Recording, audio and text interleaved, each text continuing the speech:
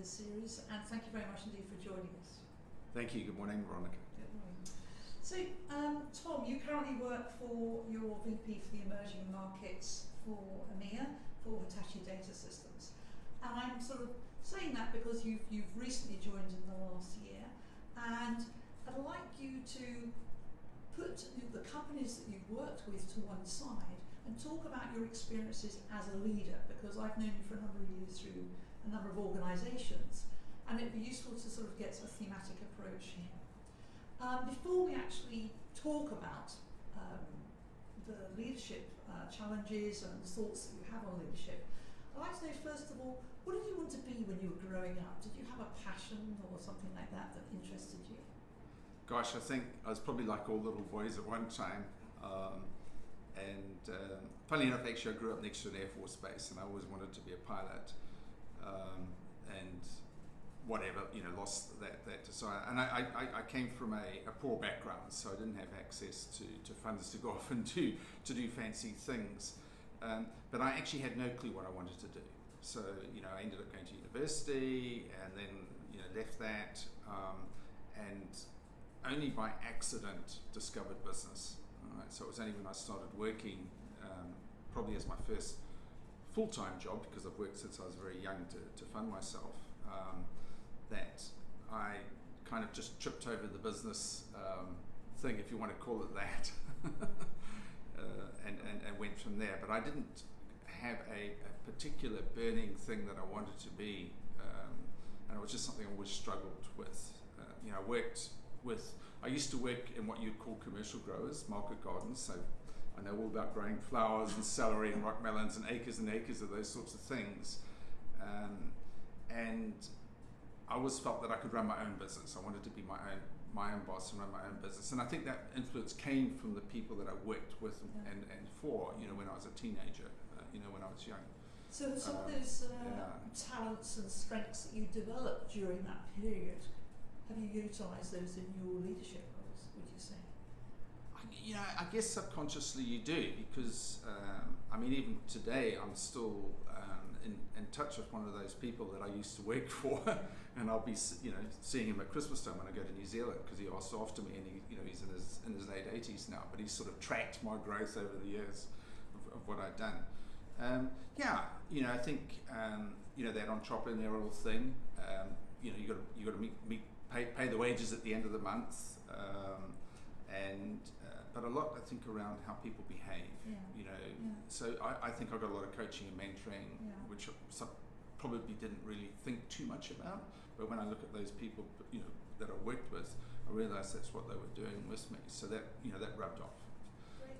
So we've got a couple of things that, you're interested in sharing and talking about. And one of them is around the impact of negative leaders on teams, talent, sales growth, could you say more about that? What would you like to share about that? Gosh, you can write a book on that. The impact of negative leaders is, it's almost an inverse square kind of thing.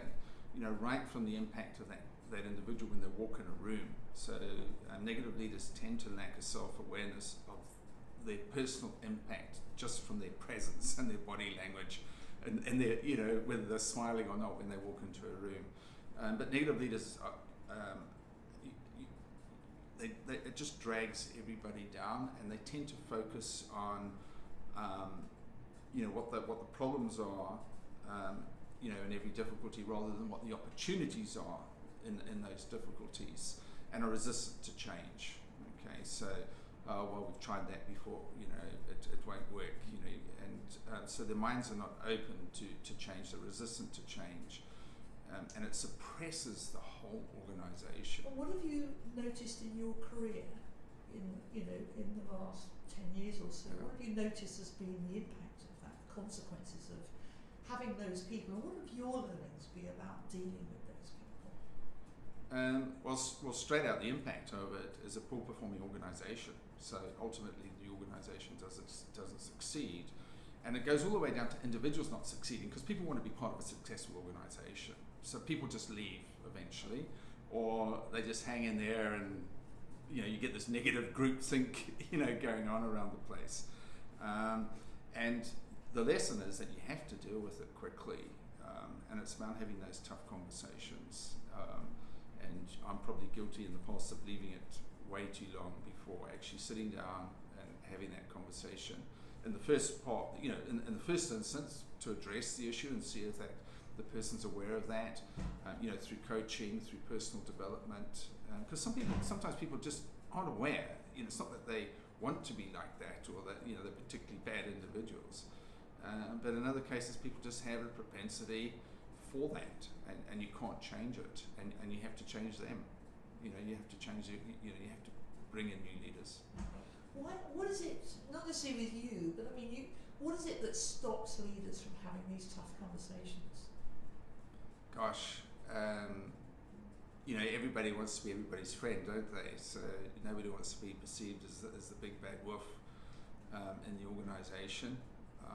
So it's about personal popularity. And people are just scared to do it because it's not nice, it's not pleasant, because you're dealing with somebody's life at the end of the day. And I think,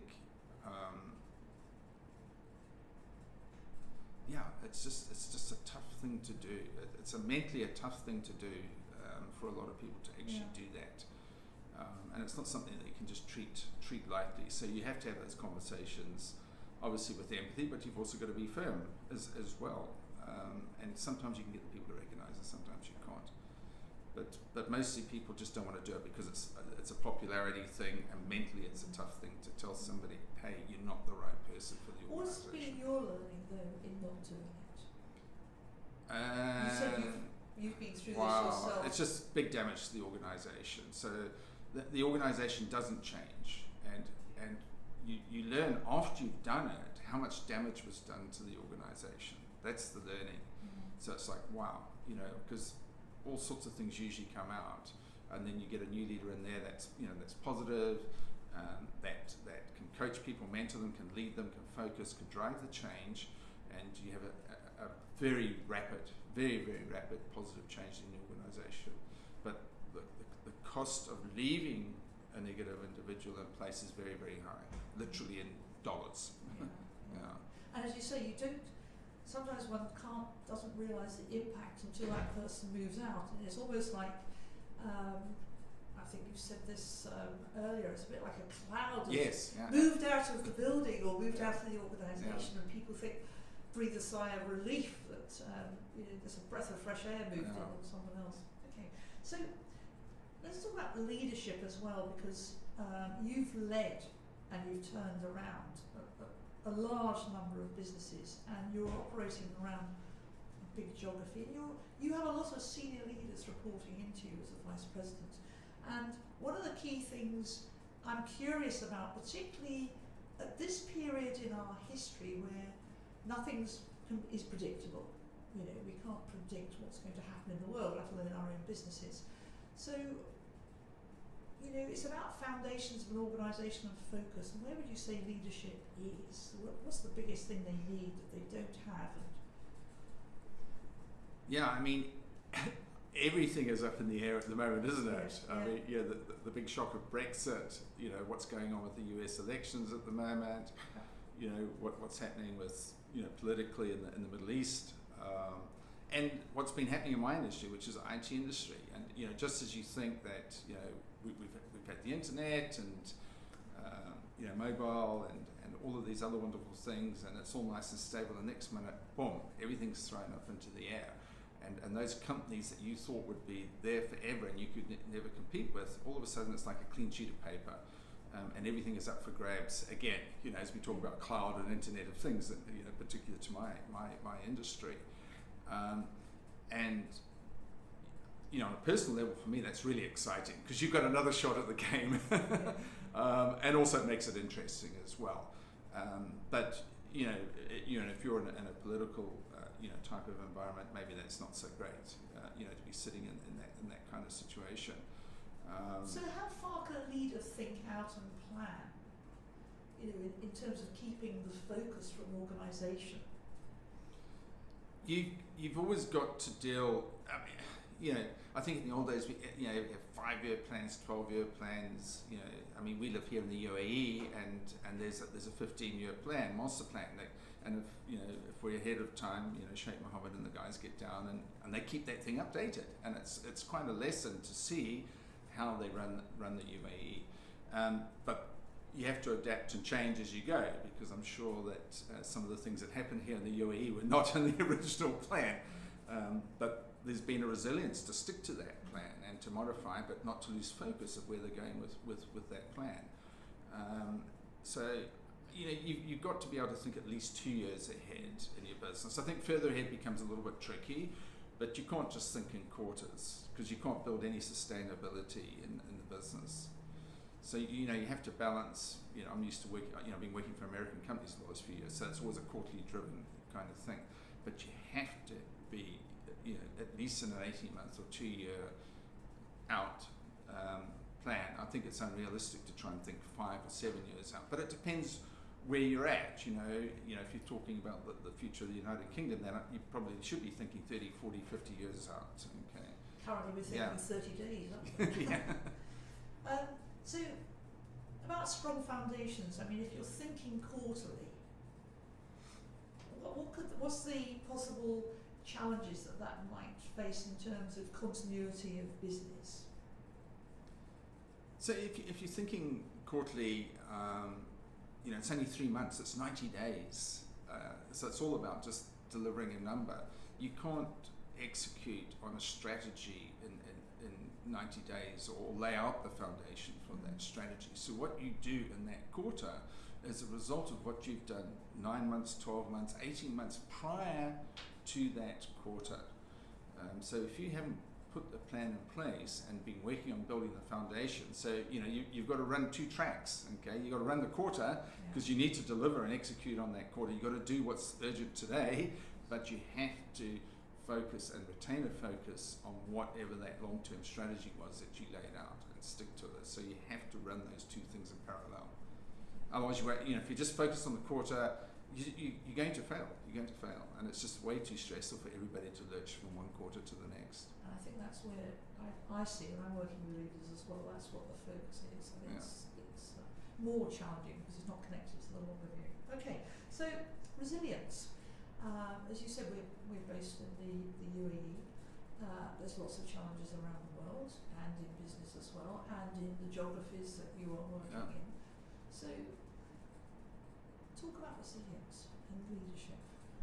How does one get resilience? How does one develop resilience in others in a time when people are very stressed and think they're going to lose their jobs or they're going to have to move back home or whatever?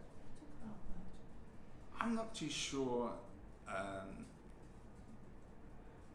I think it's something that you learn from your experiences when you're younger. So if you've grown up in a very sheltered environment, and then you get hit with some serious challenges, you've got no reference point on how to deal with that. The region that I happen to be working in and lived in actually for the last 25, 30 years, people refer to my region as everywhere where there's war, corruption, elections, famine, all sorts of things, and people have to live with that, that uncertainty every single day of their lives.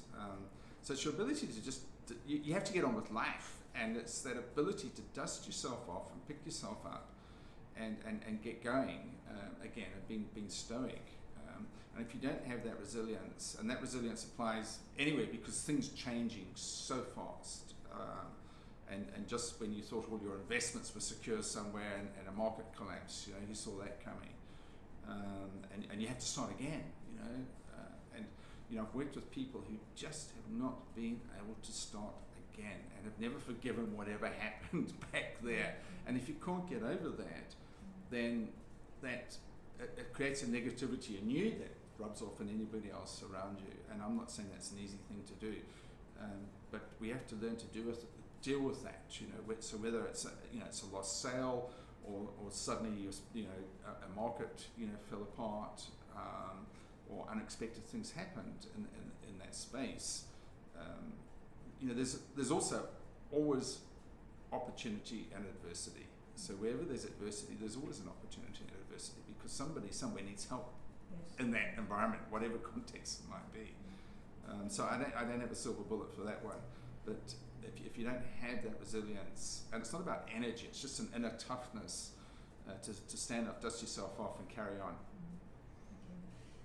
Have you got a quote or something that resonates with you that you think would be useful for people to think about and consider that has some meaning for you? Well, I mean, if you sort of just think about the resilience one, and I've been through many changes over the years, and the one that is from Martin Luther King, which is, and he says the ultimate measure of a man is not how he stands in moments of comfort, but where he stands in times of challenge and controversy, and that's really, when things are easy, it's easy to shine as a good leader, but the true characteristics of a leader, they come out in those tough times. Yeah. Thank you. I have one for you actually, and I'm just, you're renowned for your integrity, your credibility, your responsibility, your ability to turn things around, and people tell stories around, well, if ever I'm going to do this, I want you on board, Tom. And I just thinking about a quote that I came across, and it is never too late to regain our credibility around the world. I'll say it again, it's never too late to regain our credibility around the world. I'm not too sure about that, and I'm not too sure that's true. Uh-huh. Credibility, I think, is an incredibly difficult thing to recover from. People don't forget, and I think it's a really important thing, for younger people that, growing in their careers, whether it's leadership or whatever you're doing, is your personal credibility and your integrity, and your honesty, and your transparency. Those things stand you for the rest of your life. So, and I've seen this. People play the short-term gains, sharp business practices, or not particularly ethical in the way that they've behaved, either in a business or towards another individual. It comes around and it gets you later on. And 25, 30 years down the road, I've seen people struggle because they've been still tarnished with that brush of however they behaved, not particularly maybe what they specifically did, but how they behaved. And you get a reputation for not being credible and for lacking integrity. I think it's a really difficult thing to recover from. But if you've got it, people also know, and the opposite happens. So people will follow you, people will trust you, people will work with you, people will support you if you've got that credibility and integrity. But to try and recover from it, I think is really, really difficult. Really, really difficult. I don't think you ever do. The final question for you is, you've built it to a young person who doesn't have your experience. How do you build credibility and integrity? What are the things what's important? Is it just a matter of consistently behaving in a particular way, or what is it? How do you build it? It's the way, it is your behaviour, so it is consistent behaviour, and it's also particularly what you do when you're in a tough situation, and sometimes there's a fine line between what, unethical behaviour or non-compliance, or sharp business practice, and sometimes people just take that chance because they're just trying to get that number in this quarter, or they just want that extra few dollars, whatever it is, and people take the chance because they think that it's not a big transgression. They just think it's a small transgression, but it's a slippery slope, and once you step on it, there's no coming back from it. So it's about your behaviour, and it's about tough decisions, because you'll get backed into corners by people trying to get you to do things, and the toughest thing to say is no, we're not doing that, because even though we're going to walk away from a $10 million sale, we're not doing that because. And I've seen people not walk away from those $10 million sales, and does it come home to roost later on? So yeah. Tom, it's been very interesting. Thank you very much indeed for joining us today. Pleasure. Thank you, Veronica.